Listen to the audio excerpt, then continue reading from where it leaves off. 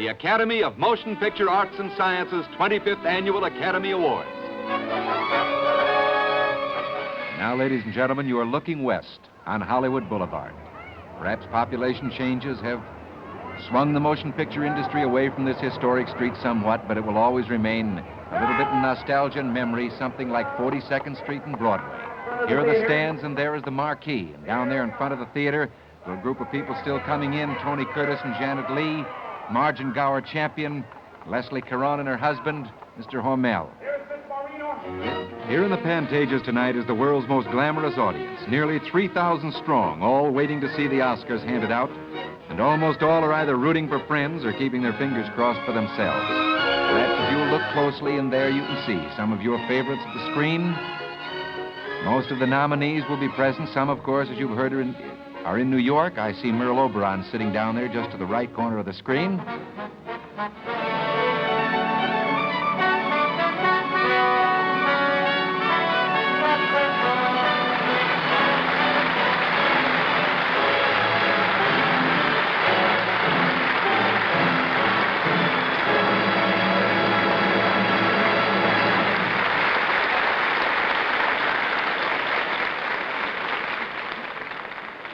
President of the Academy of Motion Picture Arts and Sciences, Mr. Charles Brackett.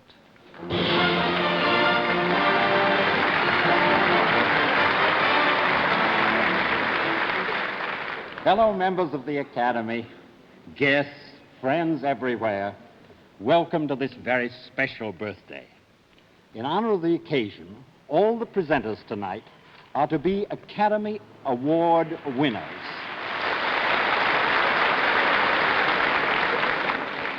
A miniature Oscar was once voted to a man for his very special services to the Academy as a Master of Ceremonies. He's to be our Master of Ceremonies tonight. Ladies and gentlemen, Mr. Bob Hope.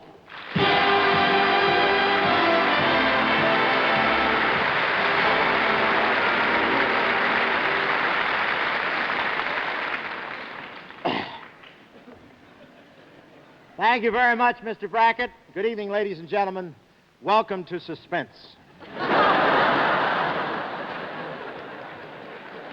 I am very, very, very happy to be here at the Academy Awards 25th Annual Award Show. This is Hollywood's most exciting giveaway show. And I want to thank all the wrestlers for relinquishing their time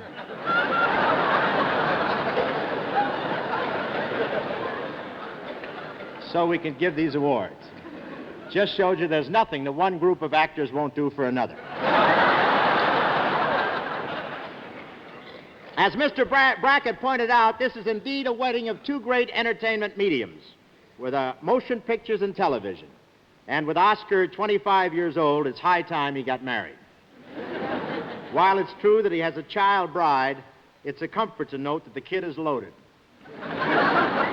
In fact, the bride's father is picking up the tab for this wedding reception. But isn't it exciting to know that a lot of these glamorous stars are going to be in your homes tonight?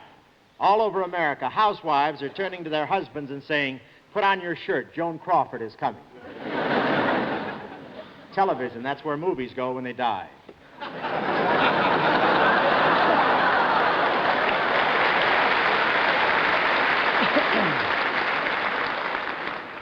But I want to say that tonight you regular television watchers will see movie stars you've never seen before. New faces like Mary Pickford, Janet Gaynor, Ronald Colman, and Jean Hersholt. I hope you will give these youngsters the same welcome you give your current favorites. Theda Barrett, George Arliss, Elmo Lincoln, Clive Brook, Lia DePutty, and Francis X. Bushman. After all, I'm not here to belittle television, because you can't ignore an industry that has brought fame to Chef Milani, fortune to Hopalong Cassidy, and perpetual youth to the Bowery Boys.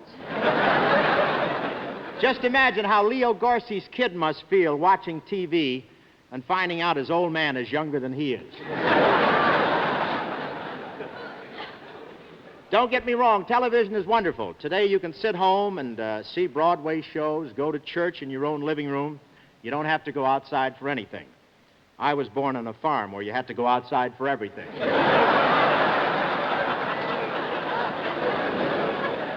But some movie companies are still stubborn about recognizing television. Jack Warner still refers to TV as that furniture that stares back. But movies are still your best entertainment. It's all movies, ladies and gentlemen. And it'll always be your best entertainment. If you don't think so, ask Joe DiMaggio. You don't see him going out with Kukla, Fran, and Ollie. But I want to say for the country that this is a big night for Hollywood. I've never seen so many Cadillacs, mink coats, diamonds, emeralds, rubies, ermine wraps. It looks like a PTA meeting in Texas.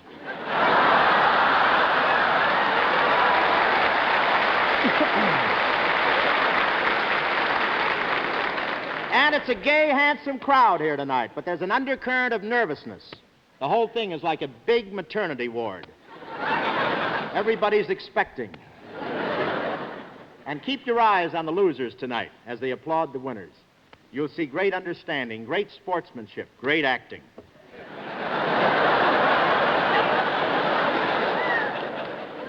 Some of the losers take it pretty hard. Last year, one actor tried to kill himself by jumping off Gary Cooper. Fortunately, my parachute opened just in time.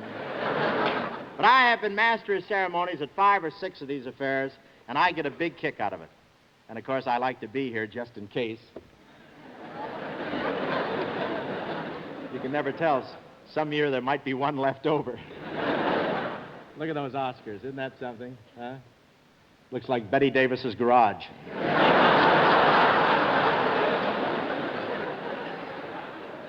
No, I think it's rather silly. I mean, all this fuss about winning one of those Oscars. What are they? Just a bookend with a sneer. Don't glare at me, you melted down Stevenson buttons. But I want to tell you, this is the last year that the statuette will be presented in this form. Next year, it'll be wearing glasses. I want to tell you that everything in Hollywood is excited over Third Dimension. It's the biggest thing to hit the movie since Cecil B. DeMille began rewriting the Bible. And it's hard to say... It's hard to say what effect three-dimensional pictures will have on the world. The next generation of children may be born with square eyeballs.